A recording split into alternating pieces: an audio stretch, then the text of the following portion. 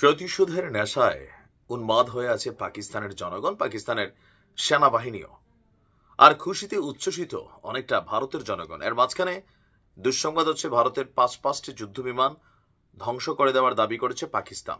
অপরদিকে ভারতও বলছে তারাও নাকি পাকিস্তানের কয়েকটা ধ্বংস করছে। তো অলরেডি ভারত আপনার কাশ্মীরের আজাদ কাশ্মীরের রাজধানী মুজাফফরবাদ সহ বেশ কয়েকটা জায়গায় ক্ষেপণাস্ত্র হামলা চালিয়েছেন। আর আমি যখন নিউজ করছি তখন পর্যন্ত লাস্ট আপডেট হচ্ছে নিহতের সংখ্যা 10-এর কাছাকাছি, আহতের সংখ্যা আরো বাড়ছে। দর্শক, এরই মাঝখানে ভারতীয় সেনাবাহিনীর যে ব্রিগেড সদর দপ্তর আছে, সেই ব্রিগেড সদর দপ্তরে হামলা চালিয়েছে পাকিস্তানের সেনাবাহিনী। আপনার মধ্যরাতে পাকিস্তানি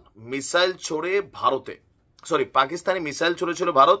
এর জবাবে আপনার ভারতের বিরুদ্ধে পাল্টা হামলা চালানো শুরু করেছে ইসলামাবাদ।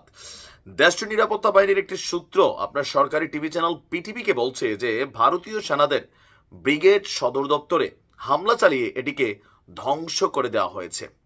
আপনার এছাড়া সীমান্ত রেখার দুদুনিয়াল সেক্টরে মিসাইল ছুড়ে ভারতীয় সেনাদের একটি চৌকি, মানে মনিটরিং করার জন্য যেই চৌকি থাকে, সেই চৌকি ধ্বংস করা হয়েছে, জানিয়েছে পাকিস্তানের গণমাধ্যম এক্সপ্রেস ট্রিবিউন।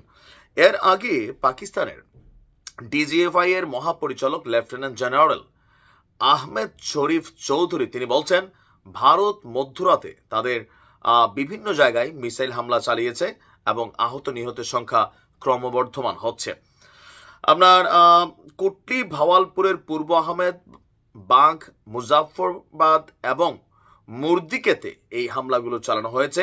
একজন শিশু সহ আরো কিছু হত্যার ঘটনা ঘটেছে এবং কোটলির দুটি মসজিদে ভারতীয় মিসাইল আঘাত এনেছে দাবি পাকিস্তানের। বলছে মসজিদের উপর এসব হামলা প্রমাণ করে এগুলো আরএসএস এর হিন্দুত্ববাদীদের মতাদর্শ, কারণ তারা মসজিদেই টার্গেট করেছে। অপরদিকে আজাদ কাশ্মীরের রাজধানী মুজাফফরবাদের একটি রাস্তায়ও মিসাইল আঘাত এনেছে, সেখানে হতাহতের খবর পাওয়া যায়নি।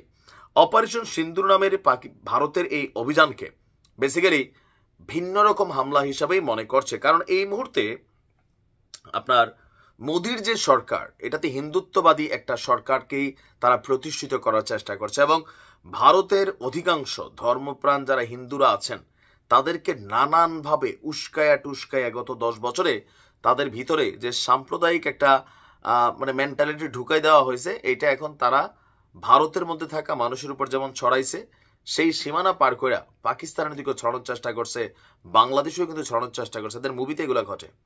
তবে এই যুদ্ধ আসলে কি বয়ে আনবে? আপাতত কিছু আনবে না। দুই দেশের একটু পুংপুঙি বাড়ছে, তো টাকা পয়সা কিছু খরচ হবে। এমনি ভুকানাঙ্গা জাতি দুই দেশেই। ইকোনমিতে বাংলাদেশ অনেক ভালো আছে আমরা এই মুহূর্তে। আপনি দেখেন পাকিস্তানেরও সেম অর্থনীতি, খুবই বাজে অবস্থা, ভারতেরও বাজে অবস্থা। এখনো জঙ্গলে লোটা টোটা নিয়ে হাঁকতে যায়, মানে বাথরুমগুলোই ঠিক মতো হয় না। কিন্তু যুদ্ধের জন্য যে বিলিয়ন ডলার খরচ হবে, প্রকৃত যদি যুদ্ধ শুরু হয়, এখন যেই হামলাগুলো হয়েছে এগুলো হচ্ছে আইকনিক হামলা। আইকনিক মানে আপনার খেয়াল আছে নিশ্চয়ই, ইসরায়েল এবং ইরানের মধ্যে যখন ঘটনা ঘটলো, ইরান প্রথম ধাপে যখন ইসরায়েলের ঠুইকা দিল, তখন ইসরায়েল মান সম্মান রক্ষায় মিনিমাম লেভেলে কিন্তু একটা হামলা করা লাগছে। মিনিমাম কেন? এটা ইজ্জত কা প্রশ্ন হয়ে গেছিল।